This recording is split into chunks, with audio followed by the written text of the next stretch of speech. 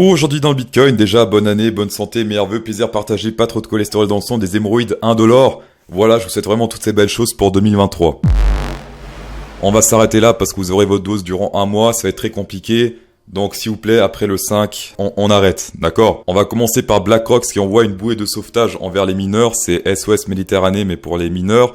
Ils font un prêt de 17 millions de dollars aux mineurs de Bitcoin. Alors 17 millions c'est énorme, mais pour eux c'est 5 centimes. Eux ils ont des milliers de milliards en stock, je sais même pas comment prononcer ces chiffres.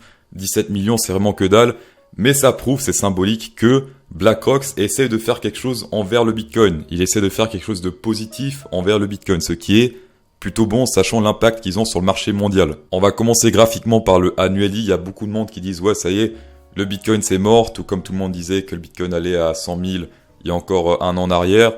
Maintenant tout le monde dit que le Bitcoin c'est mort, tout le monde dit que ce cycle est différent des autres, ce qui est vrai selon moi vu ce qui s'est passé. Mais en tout cas graphiquement, au niveau du bear market, ce n'est pas le pire bear market de l'histoire du Bitcoin puisqu'on est sur du 64% de crash, alors que par exemple ici en 2018 on était sur un 73%, 73%.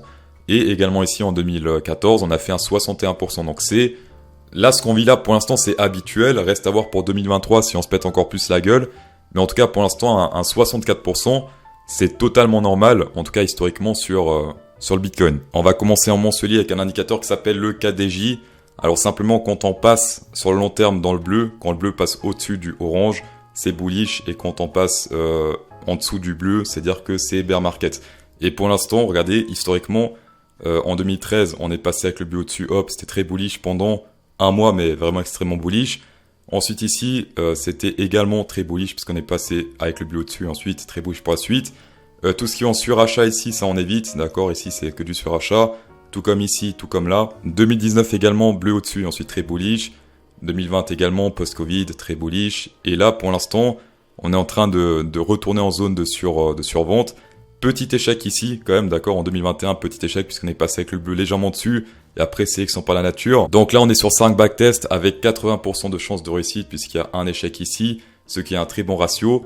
Et pour l'instant, on est nouveau en zone de survente. Pour l'instant, pas encore de croisement. En journée, ça devient de plus en plus intéressant puisque on est en train de se compresser de plus en plus ici au niveau de ce triangle un peu bizarre, mais qui fait quand même son effet puisque il fait office de cette résistance fait office de résistance depuis ici plus ou moins août 2022, donc ça fait très longtemps, et ce support fait office de support depuis plus ou moins juin 2022. Donc énorme compression en cours, on a fait un fake out ici avant que Sam a tout fait cracher à la baisse, donc peut-être que là on était prêt à partir si FTX n'existait pas, on parle français. Depuis le crash FTX, on a retesté 2 fois, une fois là et une fois en ce moment même. On a fait un petit fake out ici, mais c'était avec une tige. Ceux qui tradent les tiges se sont fait avoir parce que sélection naturelle pour ceux qui tradent les tiges. Un breakout, c'est une clôture en dehors de cette résistance. Là, pour l'instant, on n'y est pas malheureusement, mais pourquoi pas dans les prochains jours, qui sait. On a également le shop qui est très chargé quand il rentre dans le rouge, c'est-à-dire qu'il est très chargé, qu'il est prêt à faire son prochain gros move. Ici, par exemple, très chargé, et puis on était plus ou moins là avant de faire un joli move quand même à la hausse. Et bien là, c'est pareil, très chargé, on risque de soit aller totalement ici à la hausse, soit totalement à la baisse. Une fois plus, un indicateur de volatilité, donc pour ceux qui tradent la volatilité, c'est parfait. C'est également pour ceux qui sont très bullish ou très bearish. Pour ceux qui sont très bullish, c'est maintenant qu'il faut lancer vos positions. Pour ceux qui sont très bearish, également, ça se passe maintenant. Over on Twitter, on a Hoss qui écrit « Die Bitcoin-Volatilität ist nicht nur auf einem Rekordtief der letzten 4 Jahre, sondern auch ». Alors bref, ça signifie que à chaque fois qu'on est dans la survente, enfin c'est pas vraiment de la survente, c'est de la volatilité qui se pète la gueule. Donc là, on est vraiment sur un creux de volatilité historique, et historiquement, qu'est-ce que ça signifie? Eh bien, grosse volatilité à venir, tout comme par exemple ici, gros dump à la baisse, dump c'est forcément la baisse, ici gros pump à la hausse, pump c'est forcément la hausse, ici une fois plus, ici une fois plus. En tout cas, historiquement, pour prendre ces positions une fois plus, ça se passe maintenant. Donc là, on parle même pas en jour-lit, mais en semaine-lit, donc c'est encore plus dézoomé qu'en jour-lit. Pour prendre ces positions, ça se passe maintenant, soit totalement bullish, soit totalement bearish, ou bien, une fois plus, simplement parier sur la volatilité. Faire un long straddle sur l'option trading, pour ceux qui connaissent. Nouvelle année et nouveau mois pour ceux qui veulent se professionnaliser dans le trading et prendre des résolutions pour 2023. Devenir mon Platinum, c'est le meilleur moment pour en profiter. Over en description puisqu'on est au début du mois. Il y a tellement d'avantages, je vais pas les citer, ils sont tous indiqués ici sur la page Patreon. Pour devenir Platinum, c'est ici, et pour ceux qui veulent commencer 2023 avec des gros avantages sur les exchanges comme Bybit, BitGet ou même Binance, ça se passe ici over en description. 30 000, pas 30 000 mais jusqu'à 30 000.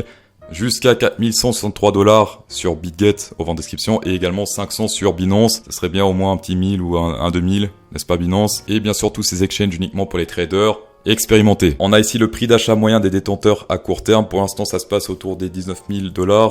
Si on va ici, ouais, plus ou moins 19 000, si on zoome un peu, on va zoomer un peu parce que sinon on voit rien. 19 900 plus ou moins, on va redézoomer. Déjà, historiquement, c'est une zone d'accumulation. Une fois qu'on est sous cette zone, c'est de l'accumulation. Et en plus de ça, ça fait office de support et de résistance. Ici, en 2012, par exemple, on a pété ça à la hausse.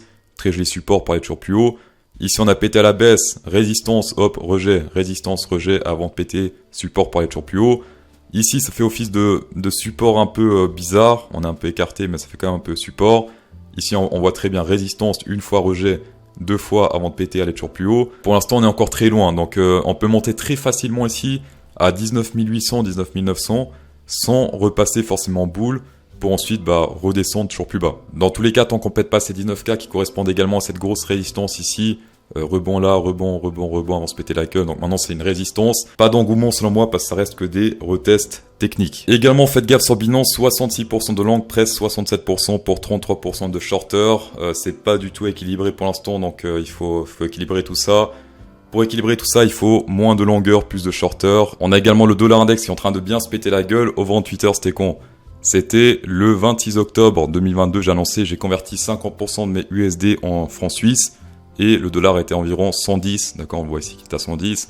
Maintenant, il est sur du 103, donc j'ai bien fait de convertir mes dollars en francs suisses, en tout cas de sécuriser la moitié en francs suisses, puisque depuis, on a fait un moins, hop, 110, 103, on est sur un moins 6%, ce qui est beaucoup. On commence à tester une zone de support plutôt énorme, on peut même l'étirer jusqu'à là, puisque là, pas mal de réactions sur le marché.